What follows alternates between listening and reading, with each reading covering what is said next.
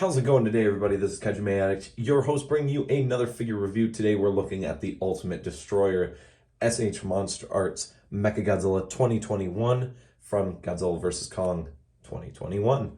This figure was released last week, pretty early in the week, from Big Bad Toy Store, who was actually one of the first ones to get it and not one of the last ones. So it was a very nice surprise. So, if you happen to enjoy this video, please leave a like and comment. If you are a new viewer, please consider going to the channel and looking at the playlist. I got MonsterArts, Vinyls, Safubi, all the good Godzilla, Kaiju Toho stuff, and consider subscribing. And if you happen to be a returning viewer, thank you so much for the support. I love it. Thank you guys so much. And let's bring this figure in and look at him because we have a ton of things to go over.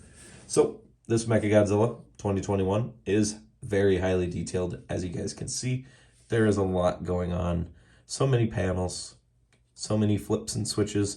The missile pods, which I actually didn't notice right away when I opened mine last week. Just look at that. Just look at that face. Very nice looking. I really do enjoy the face on this figure. Yes, if we open up the mouth,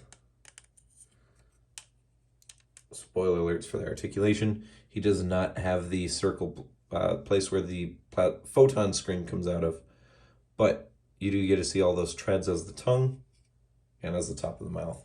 Well, I say his tongue, but he doesn't actually have a tongue. The figure looks gnarly, he looks mean. Just look at all of these panels, the ribs. Oh yeah, the pistons, we're gonna talk about those pistons.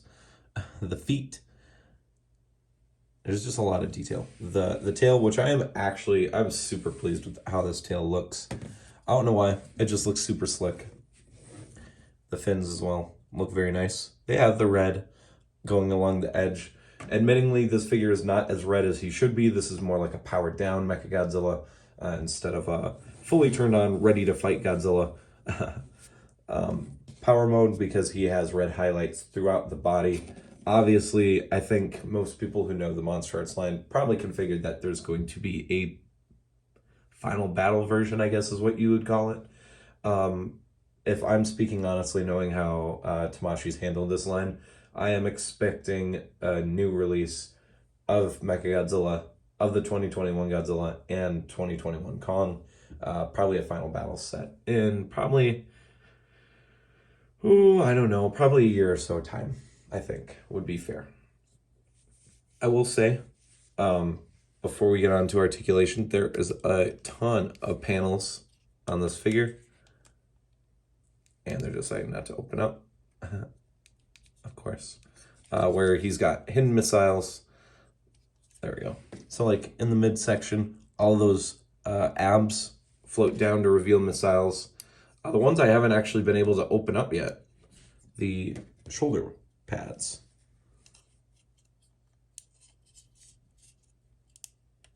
I haven't been able to get these open. They don't want to open, but those flip open. So, nice and tight. There is die cast in this figure. To me, at least, it feels like these knee joints might be die cast, and then the feet are absolutely die cast. And it's possible that the elbow joints are also die cast, but I'm not 100% sure on that. Let's look at the accessories really quick. So he comes with two different sets of interchangeable hands, which I have both on the figure to show. So the first ones, the ones that come on the package, are this hand. So he's got the claw fingers, and then he's got the flat wrist peg. This is for like a kind of open and middle gripping hand. It looks nice. And then the other hand he has is these closed ones with the open palms, which looks a little weird.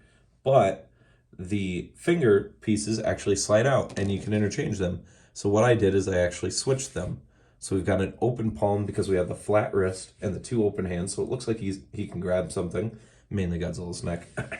And then we have the closed one with the fist, which actually makes it look like a fist, which I think looks really good.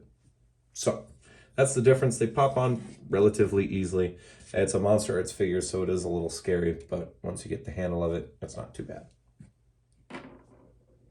All right, so the articulation for this guy, and then the last thing we'll do is the comparisons. This guy's actually pretty darn articulated in most areas. So his head can look pretty far up. It can look really far down. As I showed, the mouth can open pretty wide, and the more up the head is, the more wide it opens. That is a lovely amount of articulation right there. I love how wide that mouth opens. He's got 2 butterfly joints, which this one's kind of loose, doesn't take a lot of motion. The shoulder pads also go up to help the arms move. Now I will note, this figure is very tight when you get him out of the box, and he's going to be very tight. I have not actually had time to loosen up my joints, so we're going to be very careful when moving this, because as a warning, this figure can break in multiple areas, and when we get to them, we'll talk about it. But the arms go up and out. That's tight. And actually, coincidentally, one of those spots is right here. So we've got these nice elbow joints that spin. This joint right here is super, super, super tight. If you're opening this figure for the first time, I recommend going very slow with it. Don't just force those. They will break. People have broke them. We've already seen it. So be very careful. So I'm not going to display that. But they don't go too much past this joint. They're a little bit under 90 degrees. I think they're like 70 degrees. The wrists obviously are on ball pegs. They've got quite a bit of range once you get them moved. So the legs, the pistons, which can also break, have a limited range of safety. So when you bring them out, that's about it right there. And even then, you can see that the first piston on both sides are kind of bending a little bit. That's your limit right there. That is your range. Do not go past that. Don't push it. Don't think it cool. Don't do it. You will break those pistons. Legs can go out a bit. Oh gosh, I don't like doing that. Pistons handled it pretty well. That's pretty far up. It can go in. So leave it there. You got a knee joint that is also very, very tight, but I don't feel like it's going to break like the elbows will. But just be careful. This figure's tight. Yes, you're going to have to loosen up the joints. Yes, I didn't do that before the review. It's been a very busy week. So, and then the ankle joints have a lot of range. And then you've got 2 panels. You've got this upper one, and you got this back one. That helps with the ankle articulation. Now these are die cast, so these are probably going to end up like the Kiryu feet, and they're probably going to start getting loose over time. So just being careful how much you're moving it. All right, now on to the last breakable area on this figure. The tail. Lots of range, lots of articulation. But if you're not paying attention, you could be moving not the ball joint, but the actual peg itself, which is slowly cracking it and breaking it over time.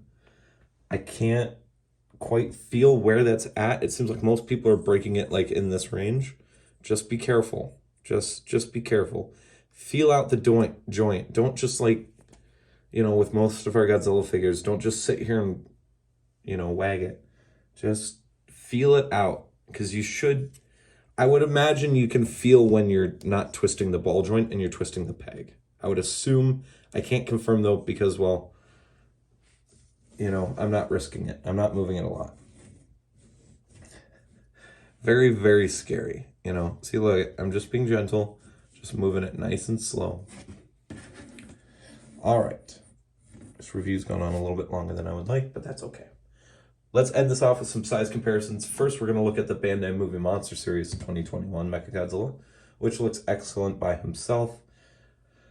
Looks good. Obviously, this one's better, but I still really do like this figure. This is still a big Bandai figure. If you don't have the $180 for this, go ahead and get this guy. Next, we've got, obviously, the MonsterArts gang. So we've got 2021 Godzilla, which the reissue just got shipped out last week as well. And the other reissue that got shipped out was Kong, who's even smaller. I would say this MechaGodzilla fits an excellent scale. He definitely does tower over both, but that's the point, especially Kong. I think Godzilla maybe could be a little bit bigger. Maybe. I don't know. It still looks really, really good. I'm not going to complain about a too big MechaGodzilla. And, of course, we got to look at another MechaGodzilla. So let's look at Kiryu. And that looks excellent as well. I really do like that. I like the differences. I like the modern era. They look nice. All right. Well, that's going to wrap up the review, guys. I'm going to give this figure... Ooh, golly. I think I'm going to give this figure a 7 out of 10. Looking at this figure unbiasedly, it has issues. And mainly that's with the joints being too tight. I really shouldn't have to loosen joints, so I'm not afraid of these joints breaking and them still have a pretty good chance at breaking. The figure does look incredible, but, you know, there isn't enough red on it. There's no effect part, which is kind of, you know, I'm in the middle of, you know, I know we'll get a final battle version with probably a proton scream, so I'm going to give it a 7 out of 10. It's a nice looking figure, but it's fragile, and not like fragile and the ball joints fall off in a way, the type that breaks and then you have to glue it back on. No bueno. So, that's going to be it. This is Kaiju Addict once again, your host, and as I always say, peace, rock on, stay safe. Remember to go to the Collect All Monsters Facebook group and answer the security questions and join the conversation, and join the rest of us there. And I'll see you guys from the next video on Wednesday. Bye, guys.